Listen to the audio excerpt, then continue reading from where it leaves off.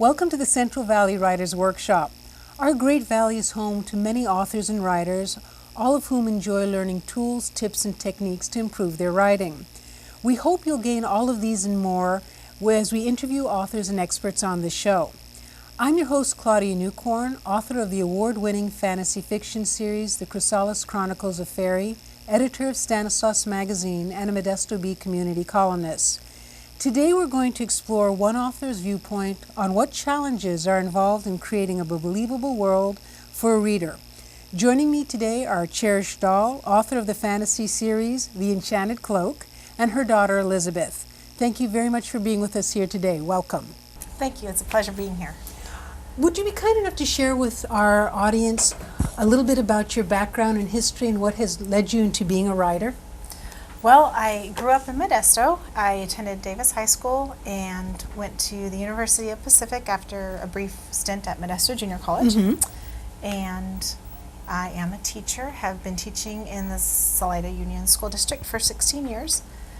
I actually never thought I would be a writer. Why is that? Writing was not my favorite subject. Really? I really detested writing. I hated writing. That bad? Okay. My husband really likes writing, and he writes for different trade magazines.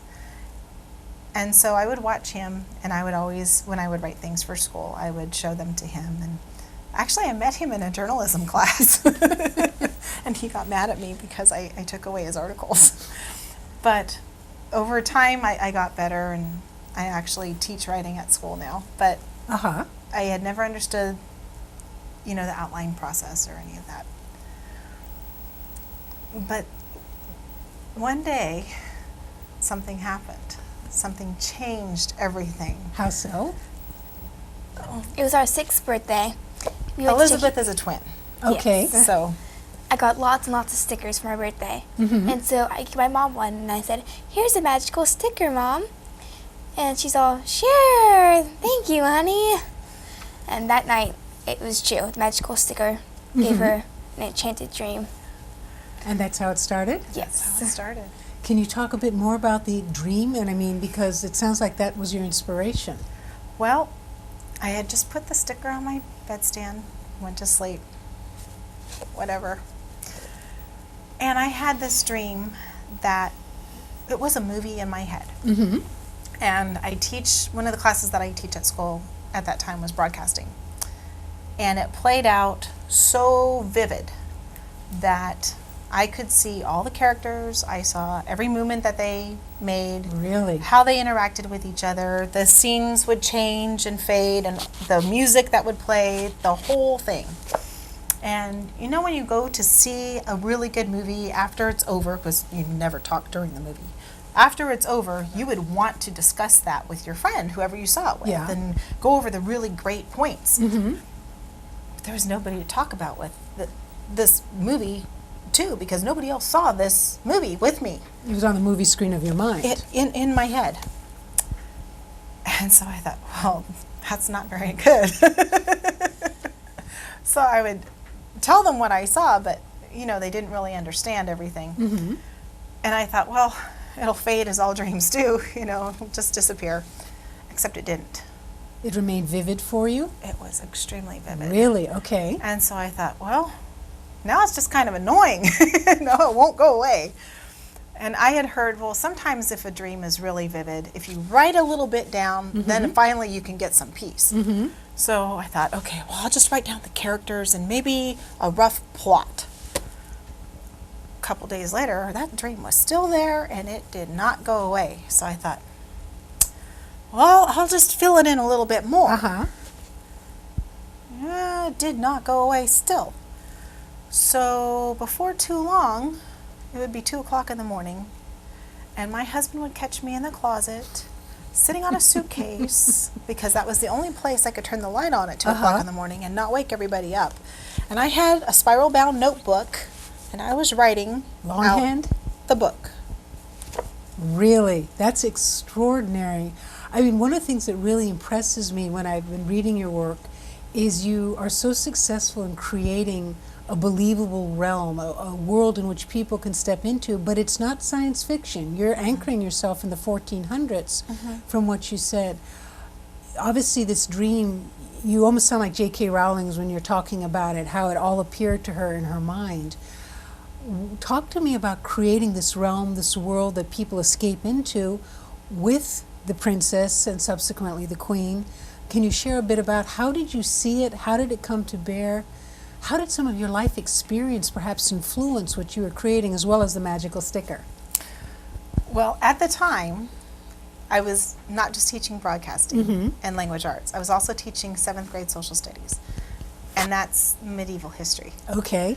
So I had a pretty good background in medieval history, but I've also been traveling a lot. And so, unfortunately, we didn't take the kids. All you got was a lousy T-shirt. No, not even that. Not even a T-shirt. Okay. I was with their grandparents the whole time. They were just saying how good it was, and yeah, that was it. I wanted a T-shirt, but no. She got a stuffed Nessie. She got Loch Ness Monster sort of came home. Okay. Yeah. But we had a lot of background with castles, and we've been to a lot of different places, seen a lot of different things, and tried a lot of different foods, and I've read a lot of different books. And so combining all of that, I think just in that dream, it put all of that information together, and it was just the perfect storm. And so it created this story, and of course my favorite color is purple, so in the story, purple plays a large role. A very important part, yes. Yeah. Elizabeth, you have an absolutely beautiful costume, and I believe it relates to the story. Would you mind standing up and showing our audience your costume? And we'll in a moment talk about how it all pertains to the story. Tell me, I'm looking at your purple cloak. I noticed it's gray inside also. And your dress, that is you'll tell me a little bit about that as well. Elizabeth, as I'm looking at the costume which you just modeled for us, I noticed that your medieval attire is not what I call royal underneath the cloak. Why is that? Well, all growing up, I did not know I was, the heir to the throne. Thought I was just a peasant. And one day, I found out that I was supposed to be the queen. Now, the cloak is purple, and I always associate purple with royalty, yet underneath I notice it's gray. Why is that? Because when you have the royal blood I have, it's purple. But if you're a peasant, it's gray. And the cloak, it's magic. The cloak is magical. It knows that it needs to change. Okay. By my blood. Yes.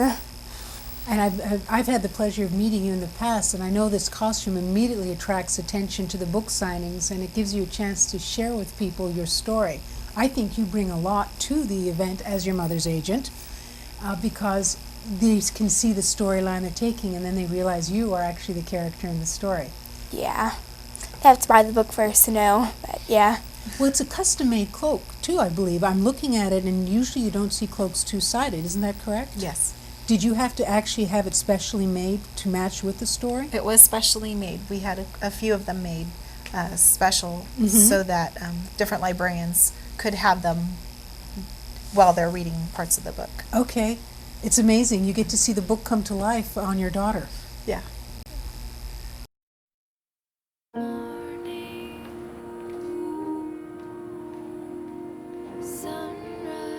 What if there was a way to heal someone? To have the power to stop someone from dying? There is a way. And it's you.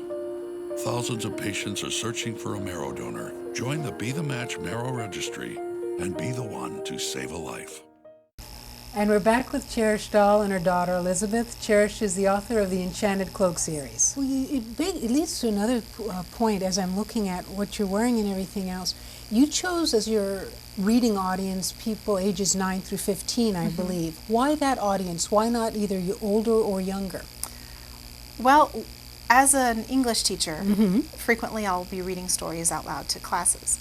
And when I read novels that are targeted toward that age group, sometimes there will be certain words that really aren't appropriate for that age group. Understood. Or there will be topics discussed that aren't appropriate for that age group, although the reading level is appropriate for that age group. So it's kind of a mixed message that we see frequently for those classes. And there aren't a whole lot of choices out there. It's frustrating. There are a lot for the younger ages and, of course, for the older ages. But the middle ages, there just aren't a lot of choices. Kind of a void in the market. Very much so. And so I thought, I'm going to aim it for my students. And I assign book reports a lot. So one of the questions I ask is, how would you change this book to make it better every time a student reads a book? And they always tell me that they want pictures. I'm not an artist, so I couldn't really accommodate that. But they also tell me that there's way too much description going on in a lot of the books, that the authors tend to get really, really wordy. Okay. And they wish that they could just cut a lot of that out and just get to the point. What an interesting insight. From the reader's viewpoint, they don't want the heavy description, they want the story. They want enough description Okay. to get the picture and then get on with the action. They want action. And I think a lot of that is our current society. You know, we have 30-second sound bites. Yep. And we go on. And commercials are very short and fast, sometimes 15 seconds. And there's a big message packed in that 15 seconds commercial. They're quick. Those yeah. kids are trained that way. So when they're reading a book and it has a page and a half description of something, that's too much. They're gone. We've lost them. So I was really careful to make sure that descriptions were short. And my editor kept saying, well, could you put more description in this? And I'm thinking, nope, not going to do it. Not from the audience. I'm going to keep it short because this is what they want. Now it's interesting because so often authors write from their own viewpoint. Because you're a teacher, you understand your audience probably better than most, and you're writing in response to them. I think that makes that very, very unique.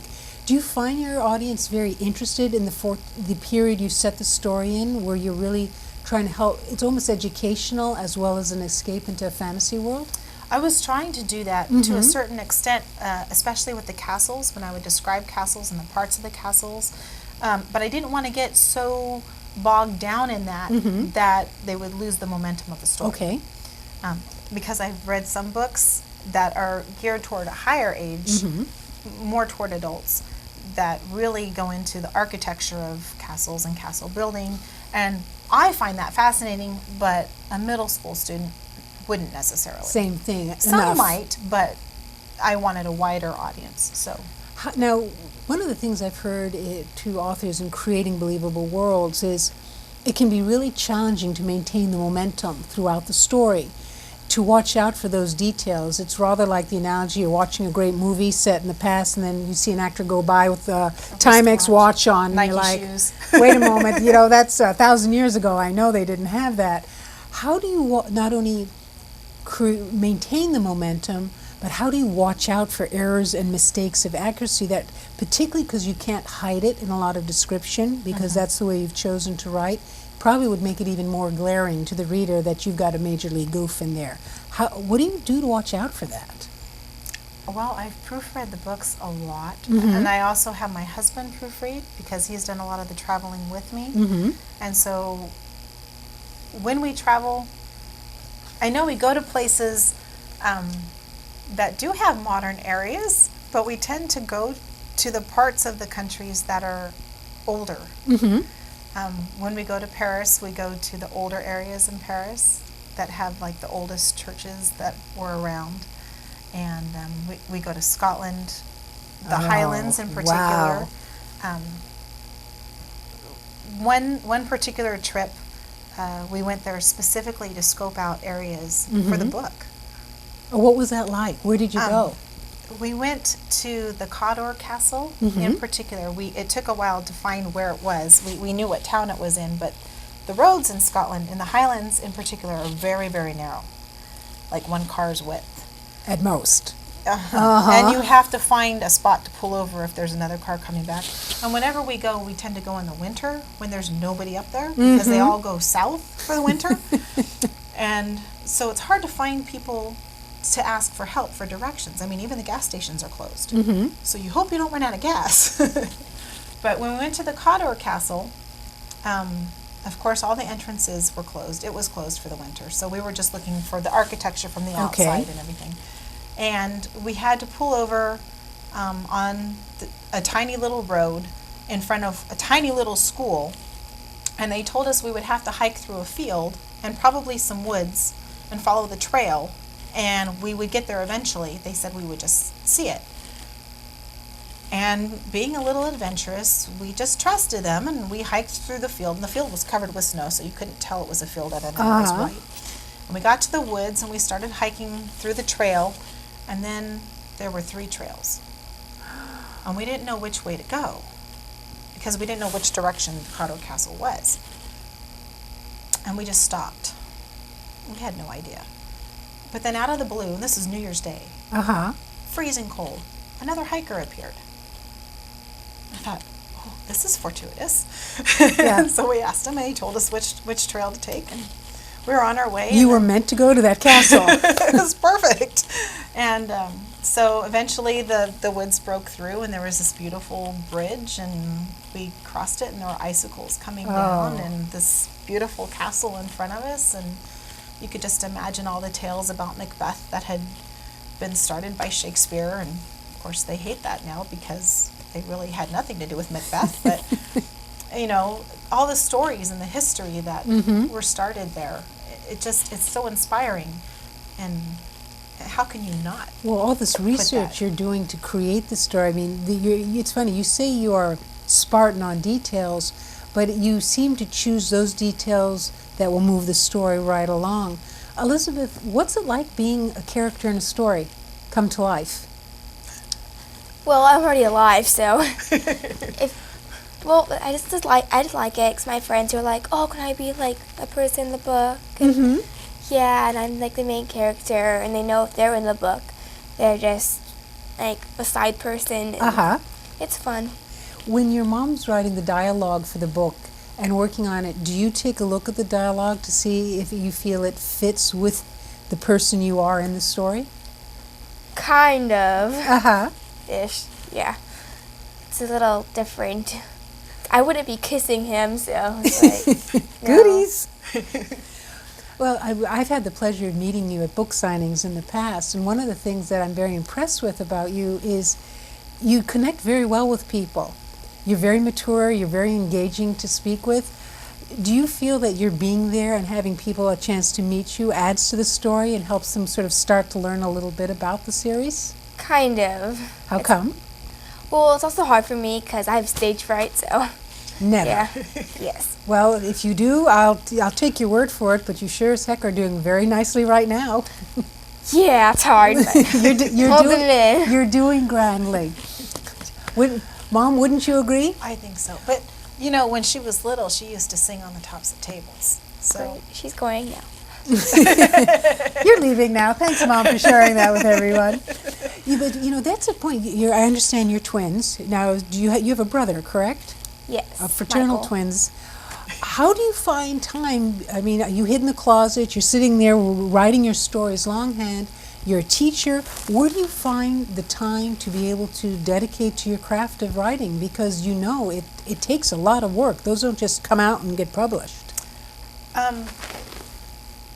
This year's been difficult. Mm-hmm. In the past, both of them would take golf lessons every Saturday. McHenry Golf Center has group lessons on Saturdays, and we would always get there very, very early because Michael likes golf a lot, and he would putt and putt and putt and just wouldn't stop. And then even when the lesson is over, he would have putting contests with his friends for another 45 minutes. And so McHenry Golf Center is where I did a lot of writing when I was in the closet.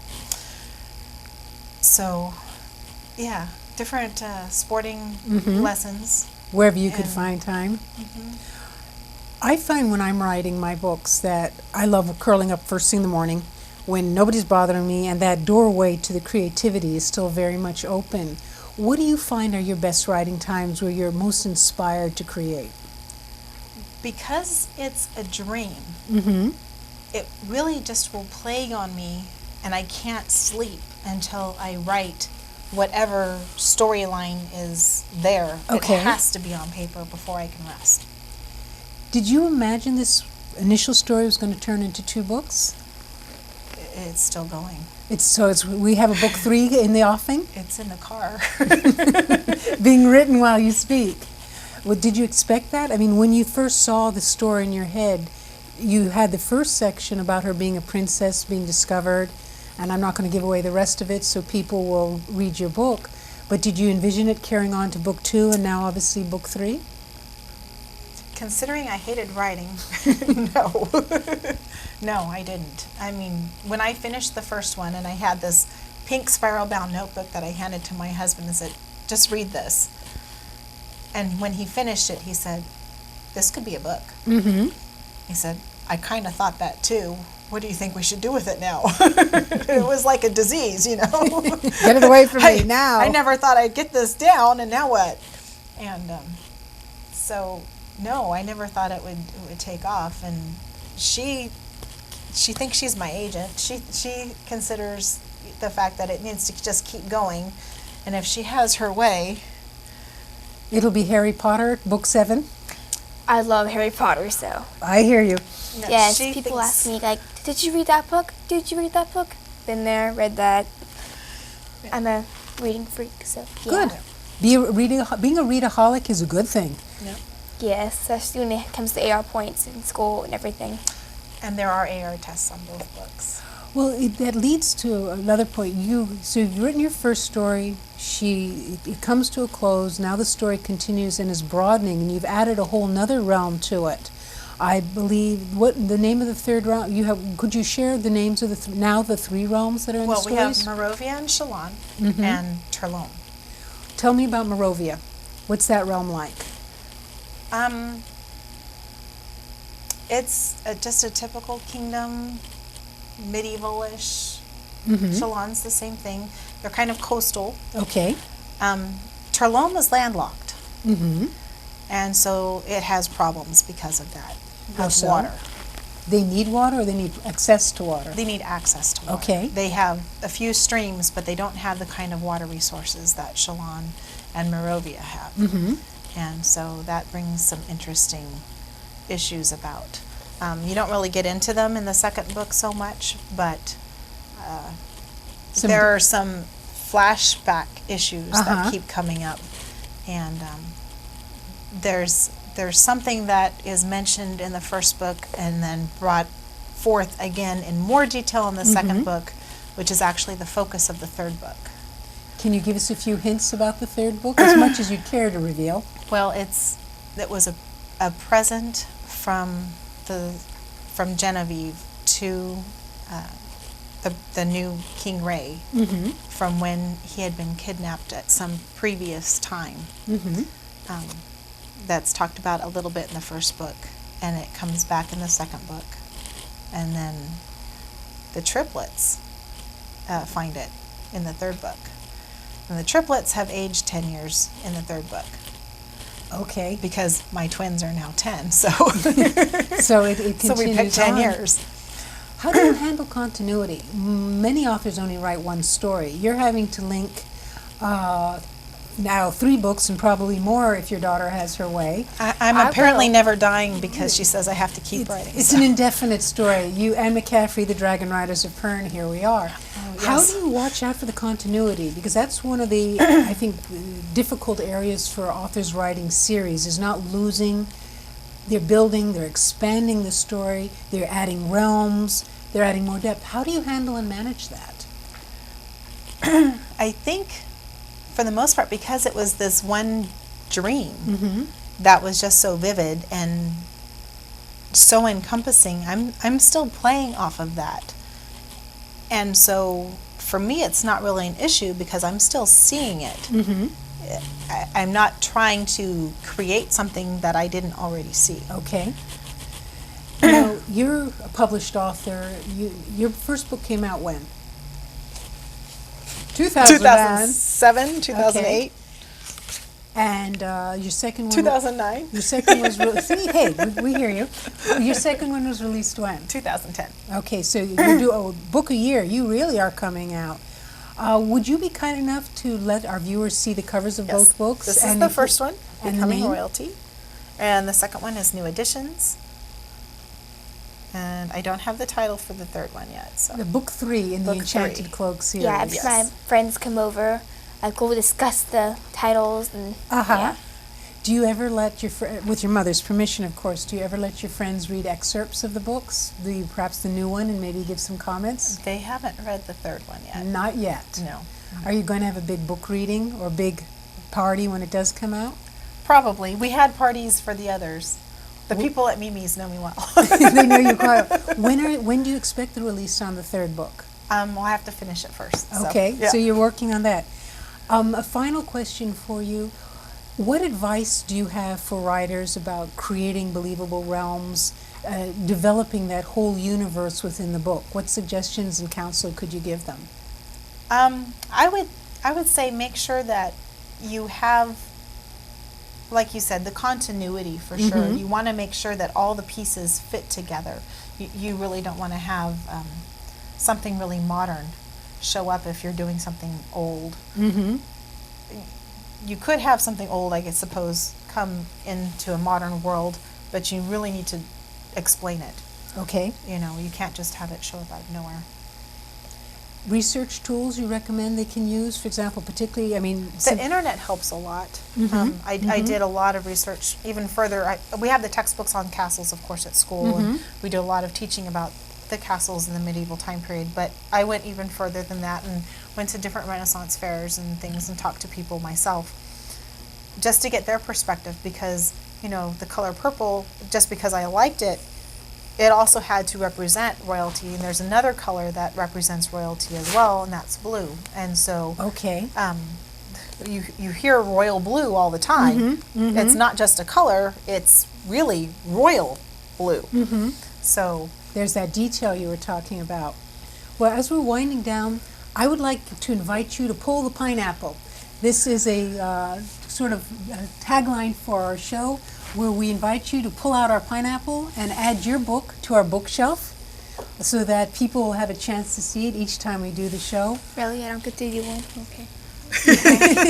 She wanted to put one in there as well. You have 2 books, so why not? I wanted to take a moment to thank you both, Cherish and Elizabeth. Cherish Dahl, who's the author of the Enchanted Cloak series, her daughter Elizabeth, who's her agent and her main character in the stories. I very much enjoy you being kind enough to take time to be guests on our TV show today. It's been a pleasure to learn about how you've created these amazing medieval worlds and are carrying them on not only through the first 2 books, but now to the third book, the release date to be announced. By the way, Cherish, where can people find your books? they're available online at barnesandnoble.com, amazon.com, target.com, and in the store at Barnes & Noble too. Excellent. So people looking for it know where to find it. And our audience, if you would like to learn more about Cherish and her work, well, we have a page on the KAZV TV.net website, and you will be able to find out more about her and link to her website to learn more about the Enchanted Cloak series. Again, my sincere thanks to both of you. You've been a pleasure to speak with today. Thank you so much. And thank you for sharing your experience with our audience. Thank you.